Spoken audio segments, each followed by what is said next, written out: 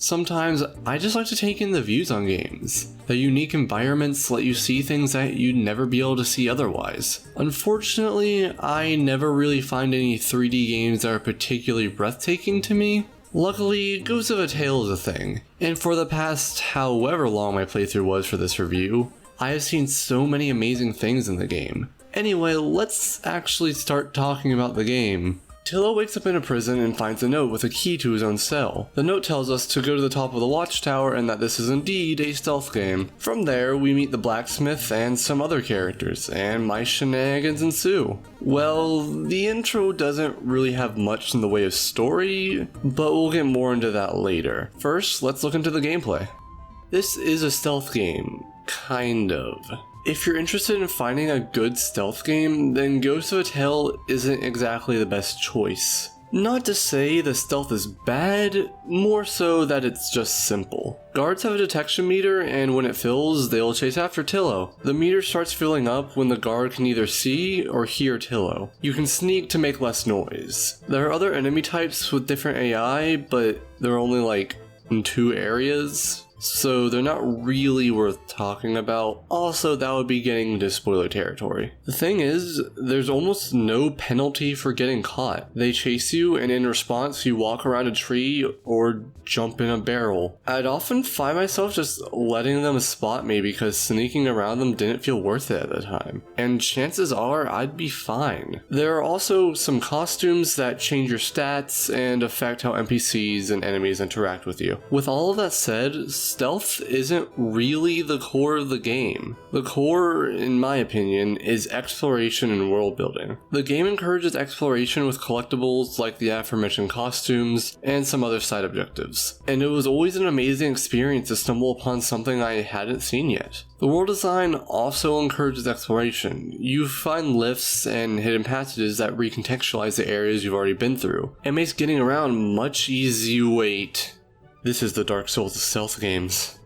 Well, yes, it does take a lot of inspiration from Dark Souls level design, and it works strikingly well with the gameplay. If there's an annoying section to get past, then chances are that there's a secret way of getting through it. As for the world building, I won't get into spoiler territory, but this is the part that really had me intrigued throughout my time with this game. You don't need to read every book or actively look for letters. Whenever anyone says anything that isn't a normal word, then it's highlighted and you can press a button to see what it means. This also works on events, such as wars and festivals. There are books you can read, but most of the world building comes from these words. I love that because the descriptions are never so long that they're a chore to read through, and the words are often reused so you have context for future dialogue. I've never really been interested in world building of any other games generally, but Ghost of a Tale does it really well. The exploration and world building create an interesting experience that I've never really felt with any other game. You slowly start understanding the world, both its physical layout and the people that live in it. The thing that's impressive to me is that it's not in your face or hard to understand at all. It doesn't feel forced, nor is it super vague.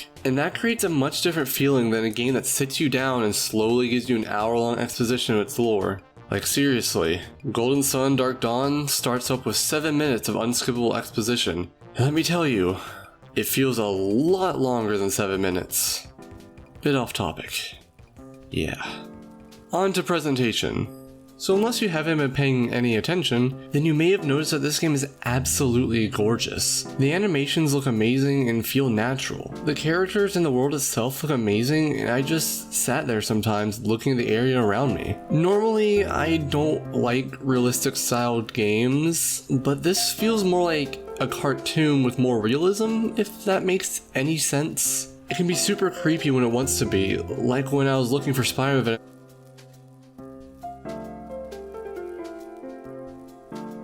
Unfortunately, there are multiple places with noticeable seams in the terrain, which when you see it just completely sucks you out of the experience. They're relatively uncommon, but I really hope they patch them out at some point. The sound design was really well executed and would have made any tense situations much more tense, if there are downsides to getting caught, that is. And the music does well for background music. Overall, the game looks beautiful to a point where it's a pretty good selling point on its own. Now time for the story. You should know the drill by now. Go to this time on screen if you don't want spoilers. The main game's story isn't too interesting by itself. To be put simply, you're trying to find your wife as your main goal. There's this thing called the Green Flame that has caused many deaths, and you end up freeing it from a sealed chest. You blow it up in a pretty bad boss fight that uses nothing of what you use throughout the game, and then it hints at a possible sequel. So at face value, it's not too grand, but the story gets built up from the side quests and side objectives that it doesn't really matter. It honestly feels like the only reason for there to be a main story in the first place is to give the player a sense of progression. That may sound like a bad thing, but I really enjoy this story. I would cover more details, but I just don't have the time here to cover every little thing the story has to offer. Just know it's an enjoyable experience as long as you don't purely stick to the mainline quests. So overall, what are my thoughts on Ghost of a Tale? I think it's a really horrible stealth game that needs some more refinement for the stealth to actually be fun. But if you don't go in wanting great stealth, then I highly suggest picking up the game. The graphics are amazing and the world building's phenomenal. The game costs $25 on Steam, which in my opinion is a little overpriced for how long the game is, so I'd maybe wait for a sale. As for me, I may replay the game at some point to 100% it and to simply see the beautiful visuals again. While playing the 3D indie game was great, but it feels weird playing one. Most are 2D. So next time I'll be covering a 2D game, one that's relatively recent. See you guys next time when I cover Neversong, a 2D adventure platform with some very interesting characters and ideas. See you guys then.